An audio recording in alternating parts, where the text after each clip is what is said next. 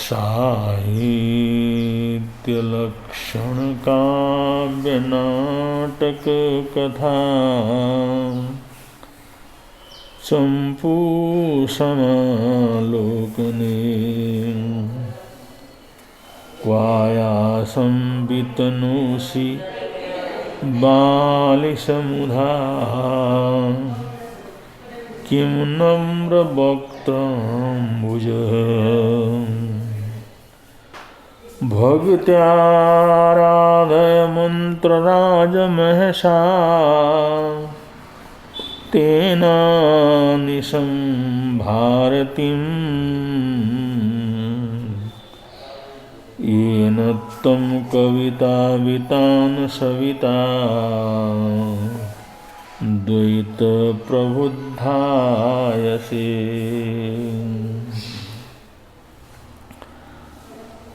त्वं चन्द्रमुखी प्रसिद्धमहिमा स्वच्छन्दराज्यप्रदा नायासेन सुरासुरेश्वरगणैरभ्यार्थता भक्तित देवी संस्तुतवैभवामलया लेपाङ्गरागद्युति सा मां पातु सरस्वती भगवती त्रैलोक्यसञ्जीवनी। सा मां पातु सरस्वती भगवती त्रैलोक्यसञ्जीविनी।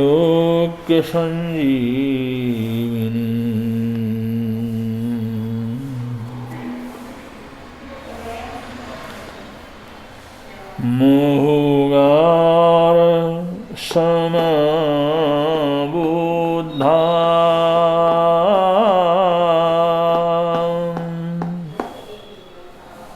जे भवन्ति अनिशिया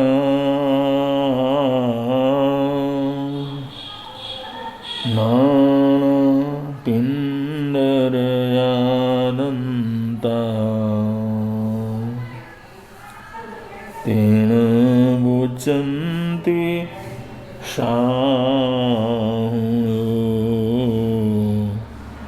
तेन मुच्यन्ति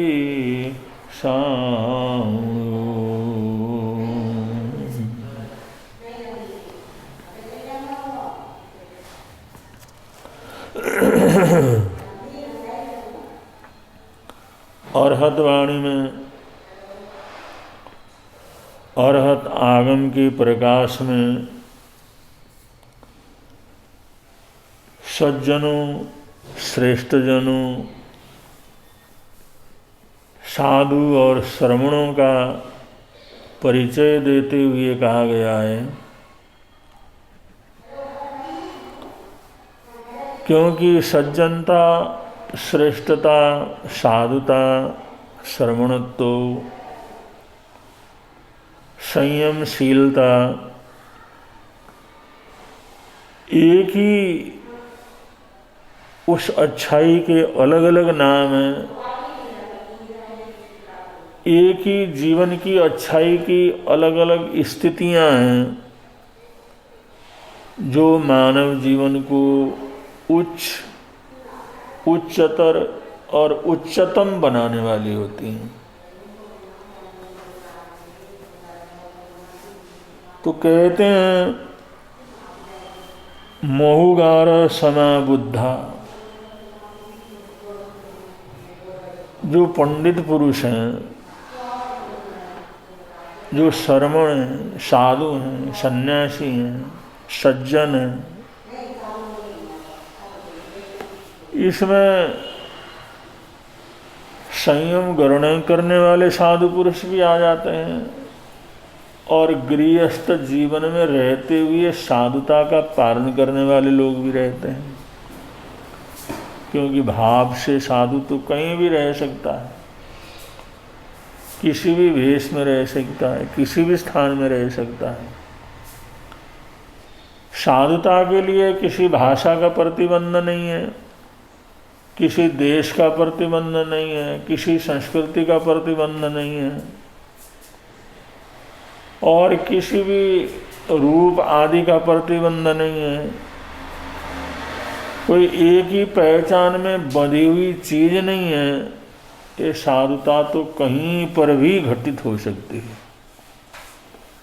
जीवन के हर कोने में, हर मोड़ पर, हर स्थान पर साधुता घटित हो सकती है। लेकिन साधुता के जो मूलभूत लक्षण हैं उनका यहाँ पर जिक्र करते हुए शास्त्रकार कहते हैं वो मधुकर के समान होते हैं, वो भौरे के समान होते हैं, ऐसे गौ के समान होते हैं जो अपनी आजीविका तो बहुत अच्छी तरह से कर लेते हैं, पर्याप्त रूप से कर लेते हैं, लेकिन अपनी आजीविका को पर्याप्त रूप से प्राप्त करने के साथ साथ वो किसी को भी किसी भी प्रकार का क्लेश नहीं पहुंचाते, किसी को तकलीफ नहीं पहुंचाते, किसी का विनाश नहीं करते, किसी को दुखी नहीं करते, ऐसे किसी का नुकसान करे बगैर,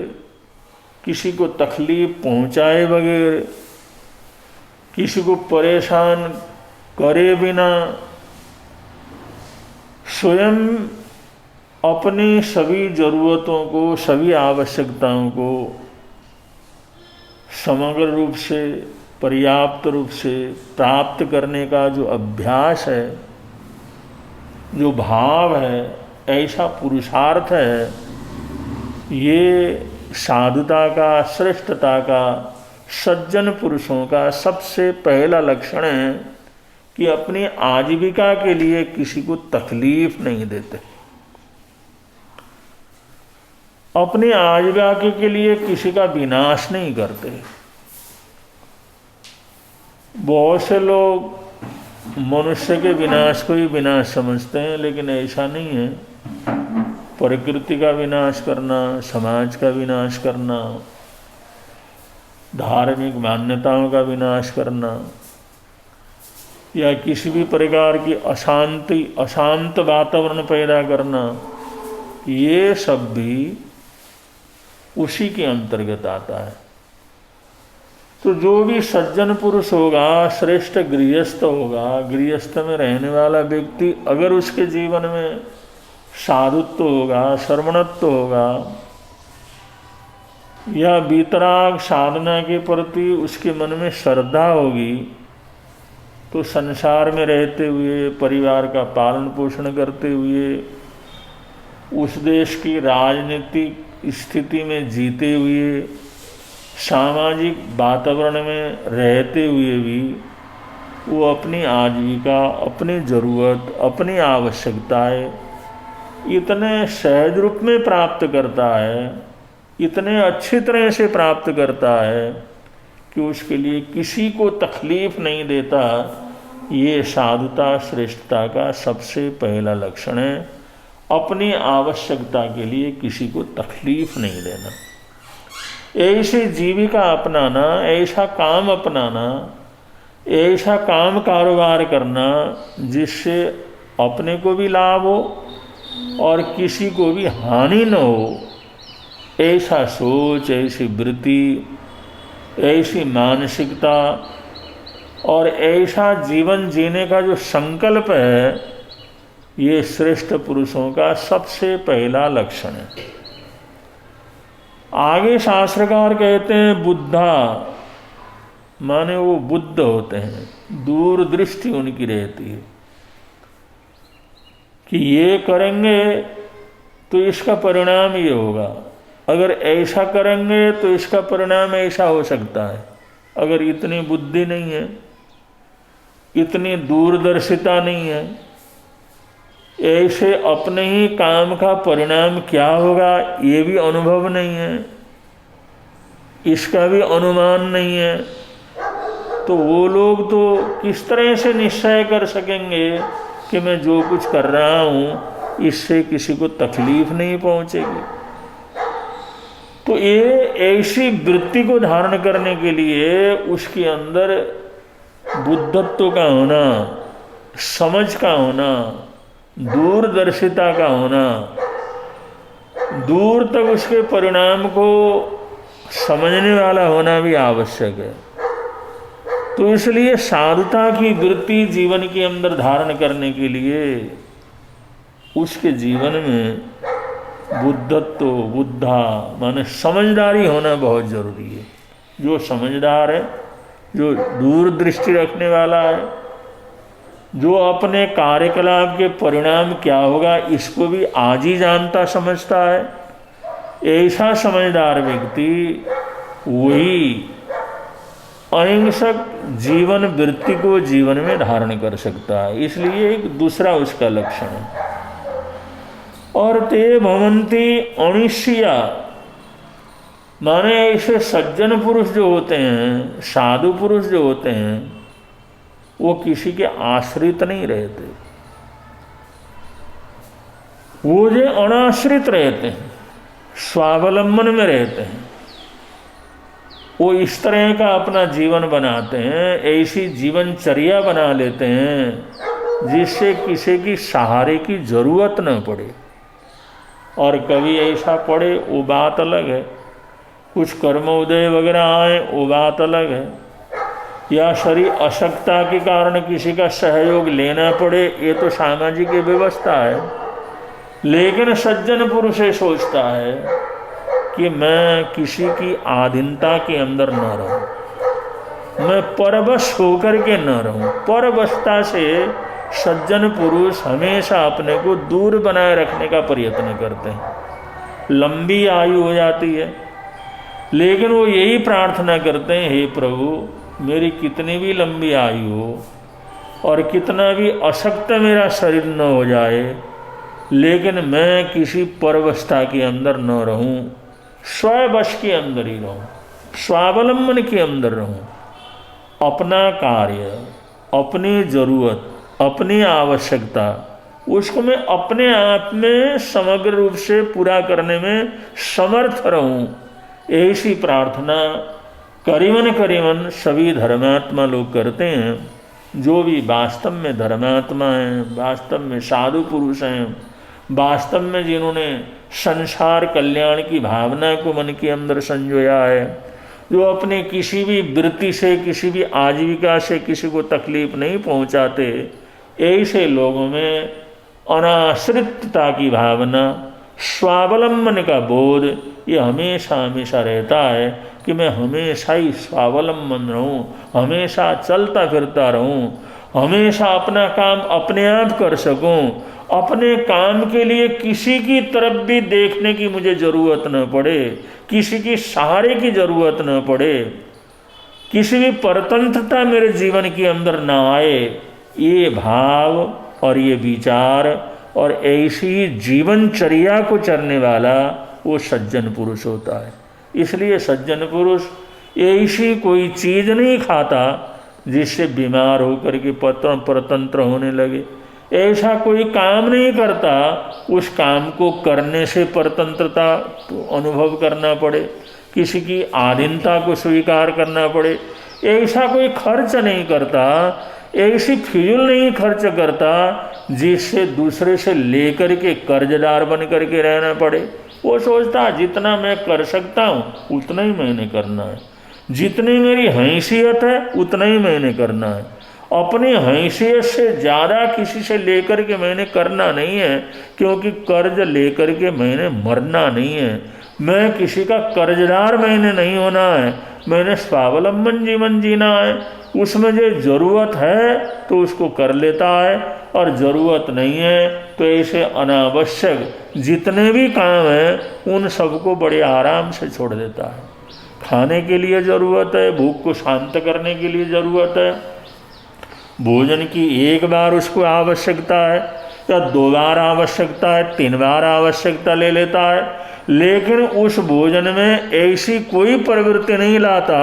जिससे उस भोजन से उसके शरीर की विकृति हो, शरीर बीमार हो, वो बीमारियों का घर हो, या किसी भी तरह की शारीरिक परेशानी पैदा हो, शारीरिक रूप से अस्वस्थ हो, या शारीरिक रूप से परतंत्र रहना पड़े,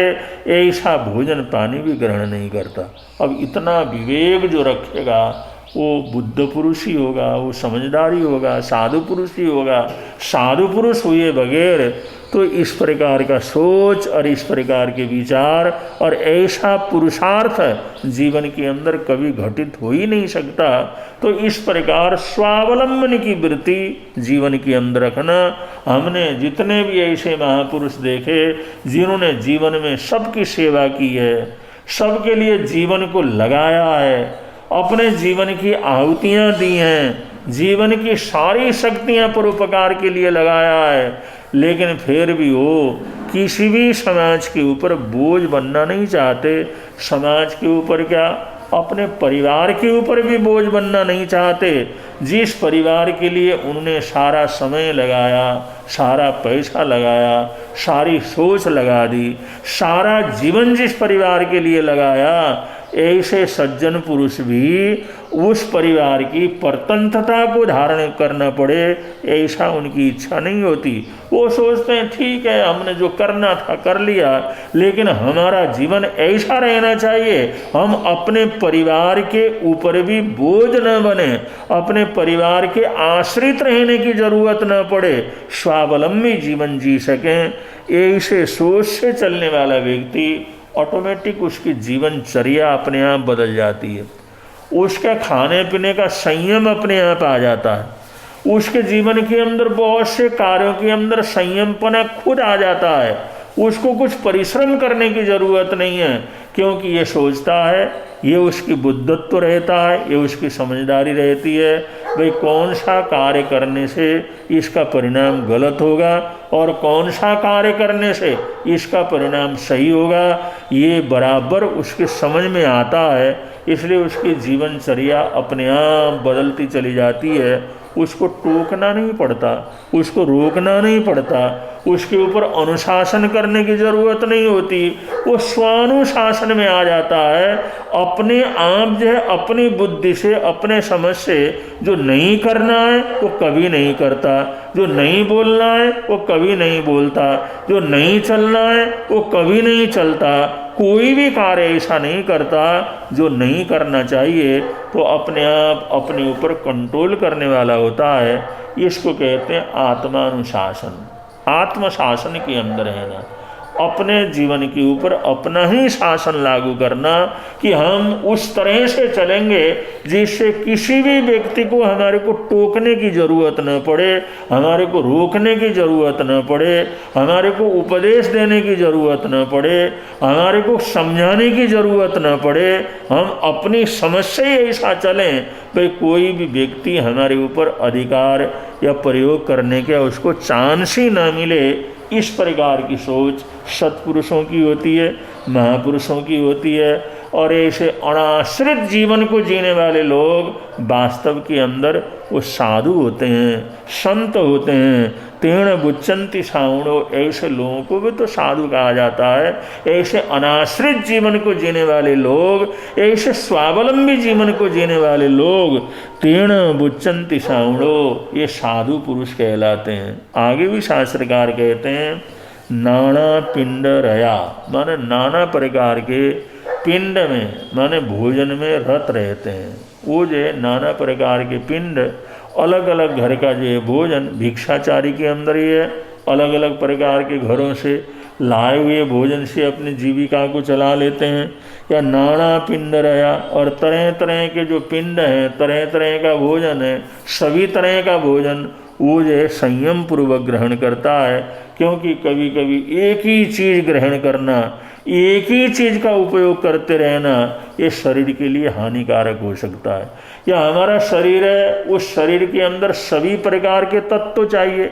सभी प्रकार के खनिज चाहिए, सभी प्रकार के रस चाहिए, सभी प्रकार की चीज़ें इसके अंदर चाहिए, तभी तो हमारा शरीर चलता है। इसके अंदर कड़वा भी चाहिए, इसमें मीठा भी चाहिए, इसमें तिक्त भी चाहिए, इसमें जो हर प्रकार के पांचों ही प्रकार के रस इसके अंदर मौजूद रहना जरूरी होता है, क्योंकि उसी से हमारे शरीर का बैलेंस बना रहता है। तो साधु के लिए यह नाना पिंडरया, अलग अलग घरों में जा करके थोड़ा थोड़ा ग्रहण करके अपने जीविका को चलाए, तो इसको नाना पिंडरया कहते हैं। और इसी को गृहस्थी के लिए कहना है तो नाना पिंडरया, मैं एक ही तरह का भोजन नहीं करते हो, अलग अलग बदल बदल करके करते हैं, जिससे अपने शरीर के अंदर उस तरह की प्रवृत्ति पैदा हो जाए कि सभी चीज़ों का स्वाद, सभी चीज़ों की जानकारी उसके जीवन के अंदर बनी रहे। अगर एक ही चीज़ को ग्रहण करता रहता है, गरिष्ठ भोजन करता रहता है और अत्यंत अपाच्य भोजन करता रहता है, तो उसके जीवन के अंदर बहुत सी तकलीफ़ें, परेशानियां, रोग वगैरह पैदा हो सकते हैं। और वो सभी प्रकार के पदार्थों को लेता है, थोड़ा थोड़ा लेता है, जितना ज़रूरत के लिए रहता है, और तरह तरह के नाना प्रकार के भोजन पानी ग्रहण करने के कारण से उसके शरीर के लिए जिन जिन तत्वों की आवश्यकता है वो सभी प्रकार के तत्व उसको सहज रूप से प्राप्त हो जाते हैं। और ऐसा प्राप्त होने पर शरीर स्वस्थता की तरफ आगे बढ़ता है। उसके लिए कोई दूसरी दवाइयाँ वगैरह ग्रहण करने की ज़रूरत नहीं पड़ती, आवश्यकता नहीं पड़ती, क्योंकि हम प्राकृतिक रूप से जो अपने को उपलब्ध है, जो ग्रहण करना योग्य है, जो ग्रहण करने लायक है, उसको नाना प्रकार के भोजन आदि को ग्रहण करते हैं। ये शरीर की दृष्टि से भी है, श्रावक संतों की दृष्टि के, श्रावक पने के अंदर गृहस्थ में रहने वाले सज्जन पुरुषों की दृष्टि से भी है, और ये साधु मुनिराजों की दृष्टि से भी है। इस प्रकार इस गाथा में संत पुरुषों के ये कुछ लक्षण बतलाए हैं। और आखिर के अंदर जाकर के कहा है दंता, माने अपने जीवन के ऊपर अपना प्रभुत्व रखने वाला, अपने जीवन का मालिक। जो दंता का मतलब अपने जीवन का मालिक है। अपने जीवन का मालिक का मतलब अपने शरीर का वो मालिक है, अपने मन का मालिक है, अपनी बुद्धि का मालिक है, अपने सोच का मालिक है, अपने जीवन के अंदर जो कुछ भी है उसका वो स्वामी है। उसके बगैर, उसकी स्वीकृति के बगैर, वो जब सोच करके स्वीकृति देता है उसके बगैर, वो न उसकी आंखें कुछ देखती हैं, न कान कुछ सुनते हैं, न नाक से कोई सुगंध वगैरह दुर्गंध ग्रहण करता है, न कोई जीवा किसी चीज़ को ग्रहण करता है, न कोई शरीर किसी को छूने की चेष्टा करता है। क्योंकि जब तक उसका मालिक या आत्मा जब तक इजाज़त न दे, जब तक वो न कहे, तब तक ये पांचों इंद्रियों के विषय भी उसके ऊपर हावी नहीं हो सकते। वो भी उसके कंट्रोल में रहते हैं, उनके अधिकारों में रहते हैं, उसके अंतर्गत रहते हैं। वो सोचते हैं स्वामी की स्वीकृति की बगैर तो हम कुछ भी नहीं कर सकते। इस प्रकार पांचों इंद्रियों का जो मालिक है, मन का मालिक है, बुद्धि का मालिक है, अपने सोच विचार चिंतन का मालिक है, मन वचन काय का संपूर्ण रूप से मालिक है, ऐसी मालिकना हत जो हक जो प्राप्त करना, इसको कहते हैं दंता। कि जीवन के अंदर वो दंता सबको जो अपने अंडर में रखने वाला, सबको अपने अंडर में रखने वाला। जैसे राजा होता है, जैसे सम्राट होता है, पूरे देश को अपनी अधीनता के अंदर रखता है, और उस राज्य के अंदर रहने वाले लाखों, हजारों, लाखों, करोड़ों लोगों को अपनी अधीनता के अंदर रखता है। जितने भी वहाँ के दुष्ट पुरुष हैं उनको भी अधीनता के अंदर रखता है, जितने भी जनता है उसको भी अधीनता के अंदर रखता है, उसके हित अहित का भी वो ध्यान रखता है, और किसको कहाँ पर कैसे प्रयोग करना है इसकी भी जानकारी रहती है। जैसे एक सम्राट पूरे देश का मालिक होता है, ऐसे ही जो अपने पूरे जीवन का मालिक है, पूरी भावनाओं का मालिक है, सोच का मालिक है, चिंतन का जो खुद का मालिक है, ऐसी मालिकना हक जो है जिसने अपने जीवन के अंदर बना लिया है, अपने जीवन का राजा बन गया है, अपने जीवन का सम्राट बन गया है, ऐसे अपने जीवन को अपने ही कंट्रोल के अंदर पूरी तरह से बना करके रखना प्रारंभ किया है। तो ऐसे पुरुषों को ते बुच्चंती साउणो, ऐसे लोगों को साधु कह करके पुकारा जाता है। तो साधु होने के ये गुण हैं, और इन गुणों को अपना करके गृहस्थ में रहते हुए भी साधुपने को, श्रेष्ठपने को धारण किया जा सकता है। समाज के अंदर रहते हुए भी सज्जन पुरुष बना जा सकता है, और दीक्षा लेकर के भी जीवन को सज्जनता, साधुता की तरफ आगे बढ़ाया जा सकता है। लेकिन उसमें मूलभूत ये गुण उसके जीवन के अंदर आने चाहिए, ये प्रवृत्तियां आनी चाहिए। अगर ये प्रवृत्तियां जीवन के अंदर आ गई तो वास्तव के अंदर वो साधु ही क्या करता है, होता है। तो ऐसे साधु पुरुष, ऐसे महापुरुषों का यहाँ पर गुणगान किया गया है। आज अचानक ही हमारे को पता लगा है, हमारे पंजाब के, उत्तर भारत के प्रवर्तक जो पिछले 20 वर्षों से प्रवर्तक पद के ऊपर प्रतिष्ठित थे, महान इतिहासकार, स्पष्ट वक्ता, उत्तर भारतीय प्रवर्तक, पंजाब प्रवर्तक श्री सुमन मुनि जी महाराज साहब, वो वयोवृद्ध अवस्था में थे। करीबन उनकी 90 के साल के आसपास की उनकी उम्र रही होगी, और वो पंजाब में लुधियाने के अंदर विराजमान थे। वैसे ठीक चल रहा था, कर्मठ संत रहे हैं। उन्होंने सम्मेलनों के अंदर, पूना सम्मेलन में आकर के, इंदौर सम्मेलन में उन्होंने अपना बहुत कुछ जो है समाज की, श्रवण संघ की सेवा का लाभ लिया, और प्रवर्तक के पद के ऊपर बने रहे, और ऐसे प्रतिष्ठित पद के ऊपर रहते हुए काफ़ी समय तक रह करके संघ को प्रतिनिधित्व दिया, संघ की सेवा की, श्रवण संघ के गौरव को बढ़ाया। आज जो है वो हमारे बीच में नहीं रहे, उन्होंने इस पार्थिव शरीर को छोड़ दिया है। कल पता लगा, कल रात्रि को ही उनका देवलोक गमन हो गया था,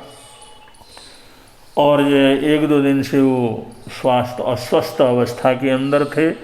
तो ये हमारे पूरे पंजाब के लिए, पूरे उत्तर भारत के लिए, उतना ही नहीं पूरे देश के लिए, जो हमारा श्रवण संघ है उसके लिए बड़ी दुखद घटना है। ऐसे बड़े बुजुर्ग और ऐसे अनुभवों का पिटारा जिनके जीवन के अंदर हो, जिन्होंने समाज की समय समय पर तरह तरह से सेवा की हो, ऐसे संतों का, ऐसे स्तंभभूत संतों का जाना पूरे संघ के लिए खेद का विषय होता है, तकलीफ का विषय होता है। तो आज सुमन मुनि जी महाराज साहब अपने शरीर को पूरा करके वो जो पंचत्व के अंदर विलीन हो गए हैं, अपने जीवन को उन्होंने संपूर्ण किया है।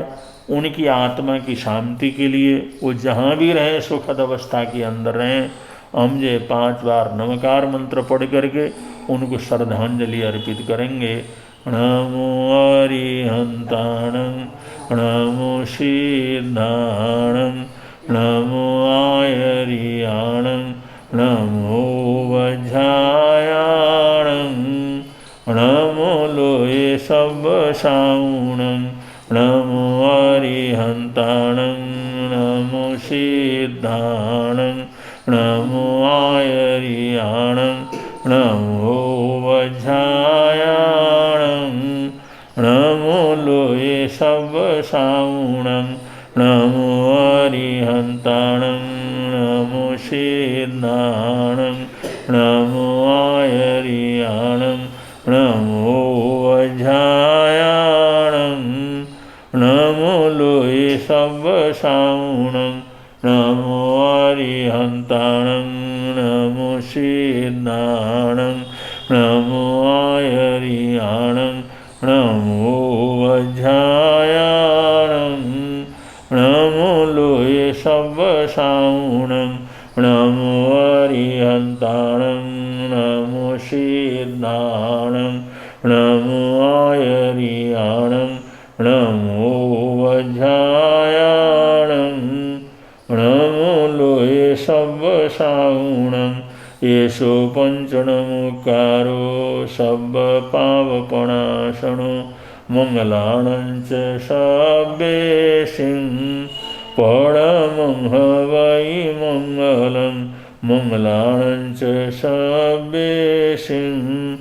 परमं वै मंगलम्। प्रवर्तक श्री सुमन मुनि जी महाराज साहब को हम अपनी तरफ से आराध्य गुरुदेव श्रवण संघीय सलाहकार भीष्म पितामह राज ऋषि श्री सुमति प्रकाश जी महाराज साहब की तरफ से और पूरे गुरु निहाल परिवार की तरफ से उनके चरणों में हार्दिक हार्दिक श्रद्धांजलियाँ अर्पित करते हैं और उस आत्मा की परम शांति के लिए उनके परम उच्चता प्राप्त हो ऐसी हार्दिक हार्दिक प्रार्थना करते हैं, मंगल कामनाएं करते हैं। और पूरे श्रवण संघ का इसके अंदर बहुत बड़ा नुकसान हुआ है, तो इसलिए संपूर्ण श्रवण संघ की साधु साध्वियों की तरफ से, सभी संघों की तरफ से प्रवर्तक भगवंत श्री सुमन मुनि जी महाराज साहब उनके देवलोक गमन पर हार्दिक खेद के साथ अपनी श्रद्धांजलियाँ उनके चरणों में समर्पित करते हैं। इन्हीं मंगल कामनाओं के साथ बोलिए भगवान महावीर स्वामी की जय।